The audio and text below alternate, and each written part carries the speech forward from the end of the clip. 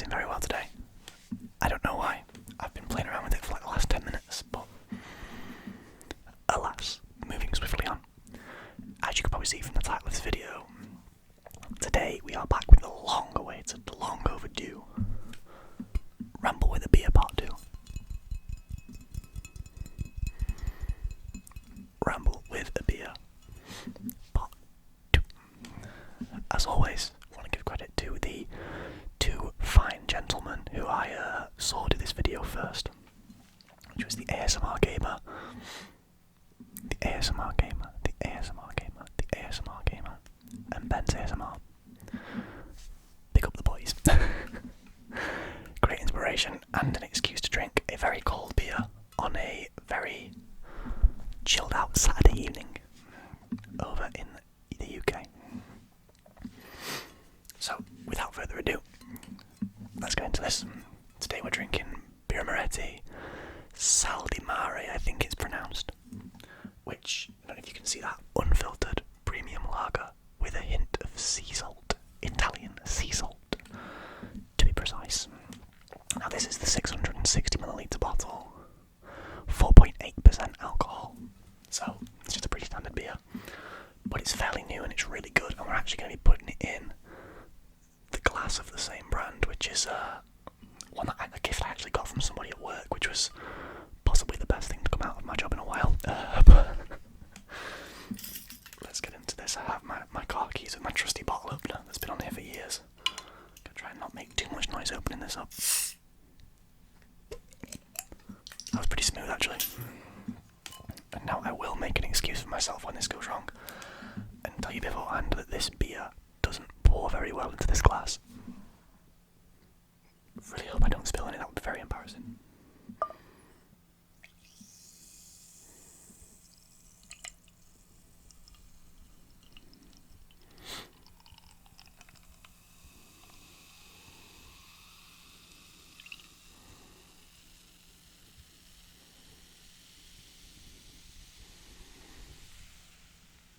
I think I deserve some praise there. That was pretty good, man. I'm very happy with that, I must admit. As I try not to spill any of this, but as always, if you've got one with you, cheers.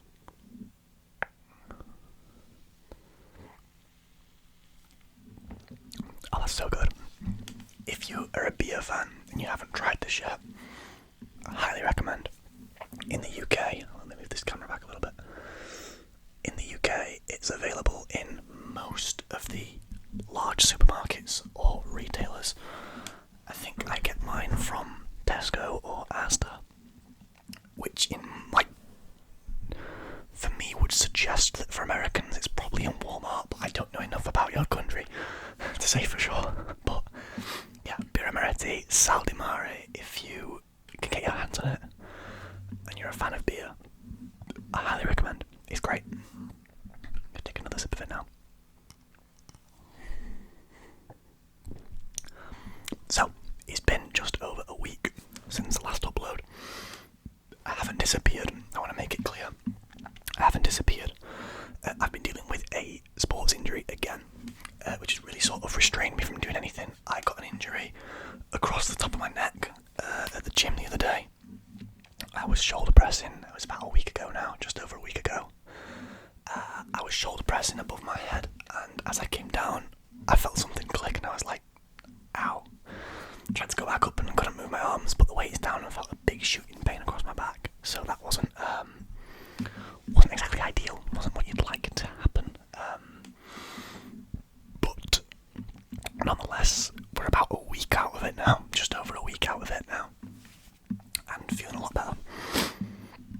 As is probably evident by the fact that I'm recording the video. But with my setup being how it is, I have to sit on a sort of stool, record kind of low down. It would have really hunched my neck over. I still don't feel 100%, so if I seem a little bit sort of movement heavy in this video, PS5 controller in shot, just saw that. And the phone case, where is it? There we go, get out of shot. But yeah, if I seem a little sort of uncomfortable, you know why, or restless, you know why. It's just due to the fact that I'm still kind of suffering with the back of my neck. But I first session in about a week and felt pretty good, so I can't complain too much. I'm avoiding back exercises right now because I feel like that's one way to sort of restart the pain of then the injury again, sort of flare it back up. I've learned by now to just let injuries heal in their own time, so I'm exclusively training chest, biceps and triceps at the moment, although triceps are very limited because they do affect your back to an extent. So I'm having to go very, very, very, very, very, very, very lightweight on those right now, which is kind of infuriating, but you know, it's better to do something than to do nothing. Yeah, that's the injury side of things. Not an excuse to not make videos, but just a genuine reason this time. Last time I lost interest in making videos, this time I actually just had a reason to not because I was in a lot of pain. I did it last Friday or last Thursday morning and went to work like 2 hours after and just sat like this all day. Like a permanently confused person with my shoulders just up. Like I'd never had a clue what was happening. I'm amusing myself too much here. But yeah, essentially this video, as is with the beer rambles, if you're familiar. If you're not, get to know, because they are some of my favourite videos to record. They're very fun. They're just very chill, and you know, it's an excuse to have a beer. A reason, rather than an excuse. Very nice. But yeah, kind of just going to talk about what's happened recently. Starting with the big one, the Arsenal game today. So today is Saturday. Is it the 5th of October? I think it's the 5th. Yeah, it's the 5th, yeah. Saturday the 5th of October. And Arsenal just beat Southampton 3-1 at home after going 1-0 down in the second half. We then scored 3 comeback goals, one from Kai Havertz, one from Gabriel Martinelli, and the final goal from Bukayo Saka. So I'm a very happy man at the moment. If you've been following football, if you follow Arsenal in particular, you'll know that we are still unbeaten in the league. Still in that title fight securely once more. I can't wait to finish second to City. But no, in all seriousness, I think we've got strong chances again this season. I think we've looked so good for the past 2 and it's just been so unlucky. But this season we look a lot better drilled. There's not been a game that I've watched where I've been like, what are we doing? We also beat PSG in the week 2-0, which was really, really nice. You know, a big win against a big side is always great for morale. Yeah, it's a good time to be an Arsenal fan right now, I must admit. There's a lot of sort of, I don't want to say controversy, but a lot of opinions going around on Arsenal this season, which sort of paint us in a light that makes us look lucky, and I don't understand that at all. I really don't know. Like, people have been saying that Arsenal get lucky a lot, and that we get a lot of, luck, I guess, and a lot of fortune, but I don't understand that point of view at all. I think we've just looked on top of things most games. We've looked pretty good all over the pitch, really. It's been good to see. That's the football talk done for the episode, mostly anyway. I think the next, let me just check my notes. I made like a little notes thing, a topic, sort of a topic book. So we've done that. So I'll explain to you what was taking up my time while I was injured. So, I've been watching on Netflix recently the series Narcos. I don't know how to pronounce it. I think it's Narcos, as in like more than one narco. But yeah, if you don't know what Narcos is, or you aren't familiar, it's a semi-factual TV show set in, I want to say, the 80s. I can't remember. I've watched so many episodes. In Colombia, in South America, based around the drug trade over there of cocaine and a lot of other things, but mainly cocaine, involving Pablo Escobar, who was once one of the richest men in the world. So, Narcos is basically, from a lot of people's point of view, and it's not, I can tell it's not 100% factual, but a lot of the stuff about Escobar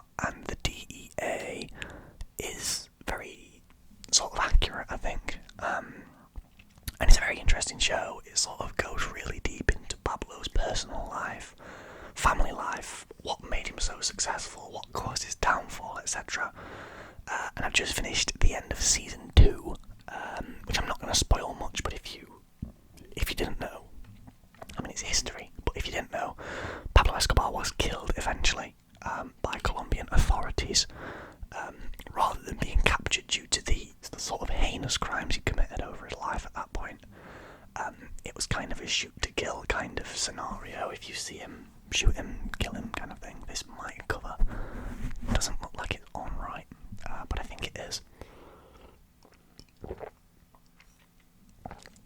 But yeah, it's a very good series. It's a very good watch. If you enjoy, I guess, sort of factual, fiction side of things, definitely give it a watch. Even if you don't really, there's enough story to get round that you will enjoy it. There's enough meat on the bone to be able to enjoy Narcos, definitely. I think it's very interesting, and it's cool to see more than one point of view, because I feel like a lot of the time these criminals and drug lords, whatever they are of history, get painted in such a negative light, as kind of just pure evil by the people who were fighting against them. But with Pablo, despite all the things that he did, all the horrific things that he did during his time as the leader of the Medellin cartel,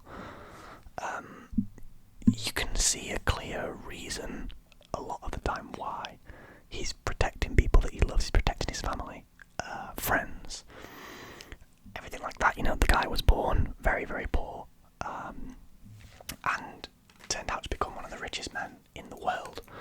I think by far the richest man in Colombia at the time.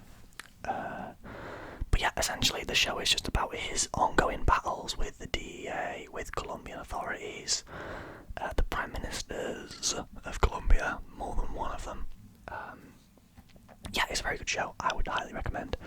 There is a 3rd season that I'm thinking of starting, but I don't know. It's kind of getting a little bit difficult to get into, to sort of sink my teeth into at the moment. I'm like half an hour into the first episode, which it's been good so far, but it's just not the same as it was before.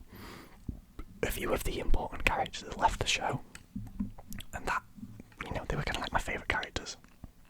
I always find it difficult to, reintroduce yourself to a new set of characters in a show in like a later season when a lot of the old ones have left already. I find that in a lot of shows in general, but particularly in this one, I don't know. It's a weird one. But yeah, that was Narcos really in a nutshell for you there. What else have I got to talk about? Champions League results, I guess, is the next thing on my list.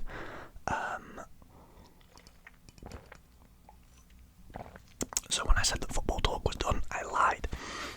We've got a few things to talk about in the Champions League.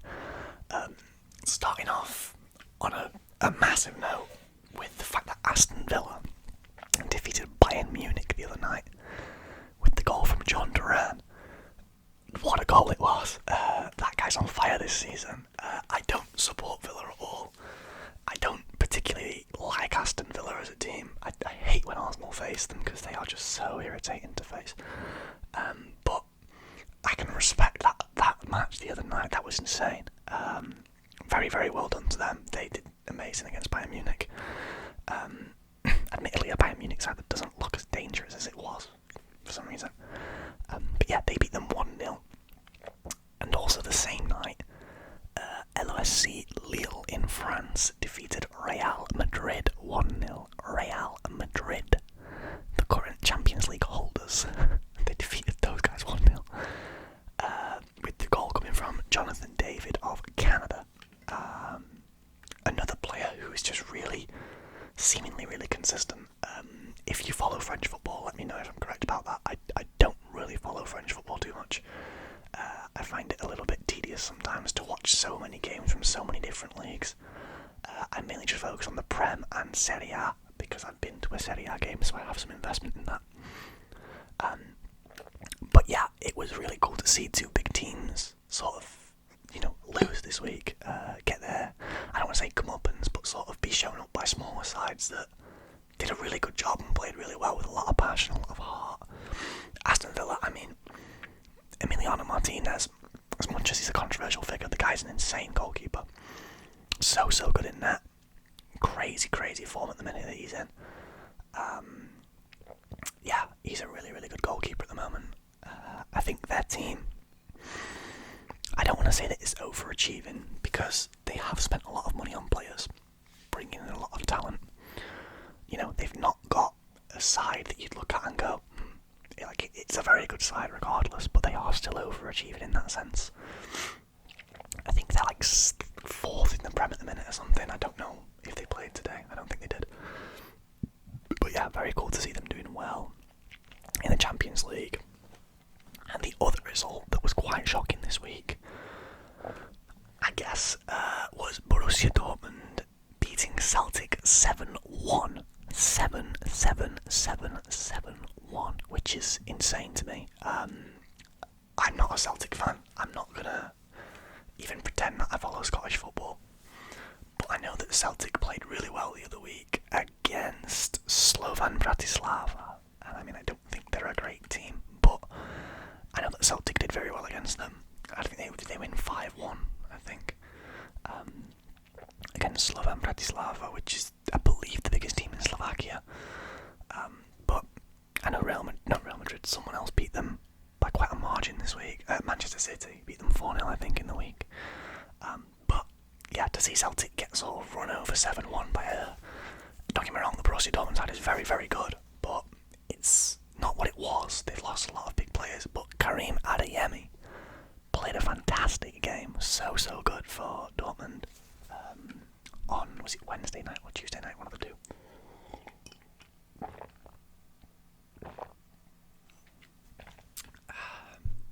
That's so refreshing. But no, yeah, I hope Celtic can bounce back a little bit, because I do like to see them do well. I have a friend who supports Celtic, so I always sort of follow their games and see how their results go when they play in Europe. But yeah, I think it's been really good to see the Champions League this week. The new format is growing on me more and more. I didn't like it at first, but then again, I never really liked the group stage format. I think it was very luck based, whereas this is a lot more well-rounded, purely for the fact that the chance of you playing 8 games, getting 8 easy teams, is nigh on impossible at this point. You know, you're going to play a big side, you're going to play 2 or 3 big sides, and there's the ability to slip up there, there's potential to slip up there. It's cool in the sense that you get to see a lot of matchups that you never would. You know, did I ever think we'd play PSG in the Champions League this season?